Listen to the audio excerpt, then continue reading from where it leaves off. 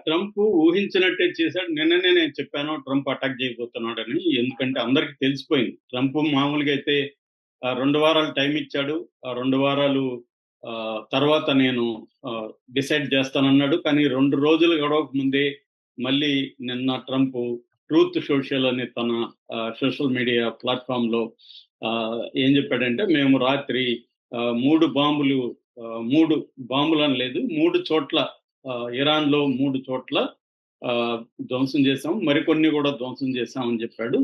So, అవి ఏవేవని కూడా ఆయన చెప్పాడు. ఫోర్దో ఒకటి, నతాంజ్ ఒకటి, ఇస్ఫహాన్ ఒకటి. ఈ 3 న్యూక్లియర్ సైట్లు. ఈ మూడిటిని కంప్లీట్‌గా మేము ధ్వంసం చేసేసాము. మా జీబీయూ ఆహ్, 57 ఏదైతే ఉందో దాని అక్కడ వేసాం బంకర్ బస్టర్ బాంబు. కంప్లీట్‌గా ధ్వంసం చేశాము. వెనక్కి కూడా సక్సెస్‌ఫుల్‌గా అమెరికా చేరుకున్నాయి.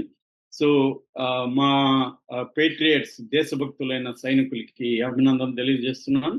తర్వాత ఎప్పుడూ లేనంతగా మేము ఇజ్రాయెల్ కోఆర్డినేషన్‌గా ఈ అటాక్ చేశాము. చరిత్రలో ఎప్పుడూ లేదిది. సో, నెతన్యాహు కూడా బెంజమిన్ నెతన్యాహుని థాంక్స్ చెప్తున్నాను. తర్వాత ఇది ఇప్పుడు ఇరాన్‌కి ఇది పీస్ టైమ్, ఇంకా శాంతికి కాలం వచ్చింది. సో, శాంతి కోసం ఇరాన్ ఇప్పుడు గాని వస్తే మేము శాంతి ఒప్పందం చేసుకుంటాం. లేదంటే మళ్ళీ ఇరాన్‌ని ఫర్దర్‌గా అటాక్ చేస్తాము అనేది ట్రంప్ బేసిక్‌గా చెప్పిన మాట.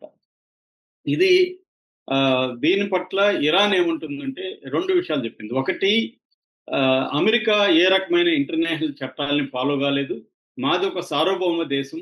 మా దేశంలో మేము నాన్ న్యూక్లియర్ బాంబుకు సంబంధించి యురేనియం నిల్వల్ని ఇవన్నీ పెట్టుకున్నాం తప్ప న్యూక్లియర్ బాంబ్ అనేది మేము తయారు చేయలేదు.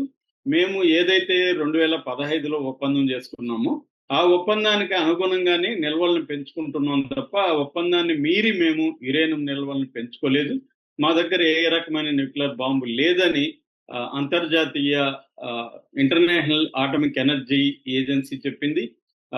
లాస్ట్ ఇయర్ కూడా 24 సార్లు అది వచ్చి ఇన్స్పెక్షన్ చేసుకునింది. ఈవెన్ అమెరికన్ ఇంటెలిజెన్స్ ఏజెన్సీ కూడా ఇరాన్‌లో న్యూక్లియర్ బాంబ్ అని లేదని చెప్పినా కూడా వీళ్ళు అటాక్ చేయడం అనేది ఘోరమైన విషయం. ఈ ఇంటర్నేషనల్ లాస్‌ని, ఎన్‌పిటి నాన్ ప్రొలిఫరేషన్ ట్రీటీ ఒప్పందాన్ని, అనేక ఇంటర్నేషనల్ కన్వెన్షన్స్‌ని ట్రంప్ పట్టించుకోలేదు అనేది ఒకటి. అలాగే ఆహ్, తమ నిల్వలు అక్కడ లేవు. ట్రంప్ నాశనం చేసింది ఏమీ లేదు.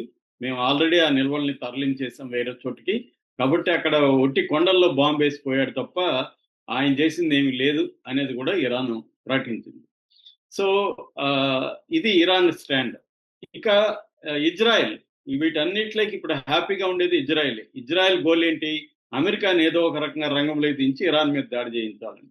నిజానికి శాంతి ఒప్పందం చేసుకొని ఆంక్షలు తొలగించుకుంటే ఇరాను అభివృద్ధి అయితే ఫస్ట్ బాధపడేది, భయపడేది ఎవరంటే ఇజ్రాయెల్. ఇజ్రాయెల్ దృష్టిలో ఇరాన్ అనేది బలంగా ఉండకూడదు. ఒక బలహీన పడిపోవాలి. ఒక ఇరాక్ ఎలాగా బలహీన పడిపోయిందో అలాగా పడిపోతే గ్రేటర్ ఇజ్రాయెల్ అనే తన కాన్సెప్ట్‌ని డెవలప్ చేసుకోవడానికి మిడిల్ ఈస్ట్‌లో ఇజ్రాయెల్‌కి ఇంకా అడ్డు ఉండదు. ఒకే ఒక అడ్డు ఇరాన్. ఇరాన్‌ని ఎలాగైనా నాశనం చేయాలి.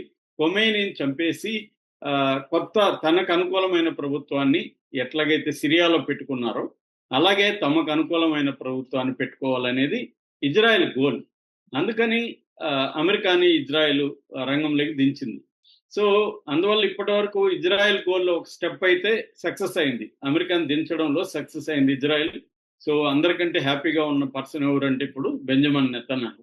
ఎందుకంటే అతనికి స్వదేశంలో కూడా వ్యతిరేకత ఉంది. ఇప్పుడు దీనివల్ల అతను ఒక హీరో లాగా అయిపోయాడు దేశంలో కూడా.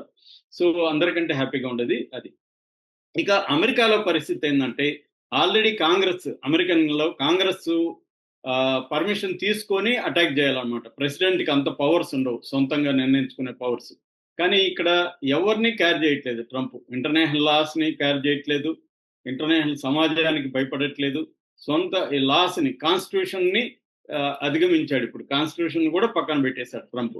అందువల్ల ఇప్పుడు అమెరికన్ కాంగ్రెస్ తనకుండే స్పెషల్ పవర్స్‌ని ఉపయోగించుకొని ట్రంప్ మీద చర్య తీసుకోవాలని ప్రయత్నిస్తుందంటున్నారు. ట్రంప్ కేర్ చేసే పరిస్థితి లేదు. ట్రంప్ దేన్ని కేర్ చేసే పరిస్థితి లేదు. అతన్ని ఎవడు కూడా ఏమి చేసే పరిస్థితి లేదు. ఎందుకంటే ఇంటర్నేషనల్ చట్టాలను ఉల్లంఘించిన వాళ్ళని ఎవరు శిక్షించాలి? ఇంటర్నేషనల్ సంస్థలు శిక్షించాలి. ఆ ఇంటర్నేషనల్ సంస్థలకి కోరలు ఏమీ లేవు.